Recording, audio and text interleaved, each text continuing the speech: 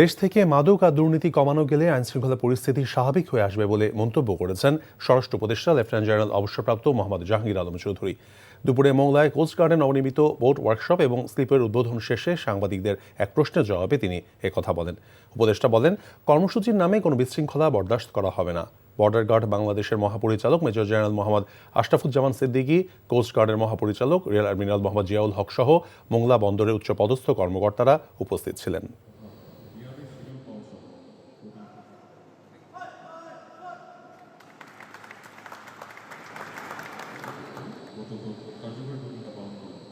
মাদক থেকে দেশকে মুক্ত করতে হবে।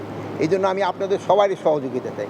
আপনারা দেখবেন গ্রামে গঞ্জে মাদক ঢুকে গেছে, এটা থেকে আমরা কীভাবে পরিত্রাণ পাবো, এই জন্য আপনাদের সবার সহযোগিতা দরকার। এই মাদক এবং আরেকটা হলো এই আমাদের দুর্নীতি, এই দুইটা যদি কমানো যায় দেশটা অনেক আগে যাবে। বান্ডেল থাকলে প্রতি সেনমানিতে টাকা বাঁচবে। বিকাশ সেনমানি বান্ডেল কিনে জিতুন প্রতি লেনদেনে।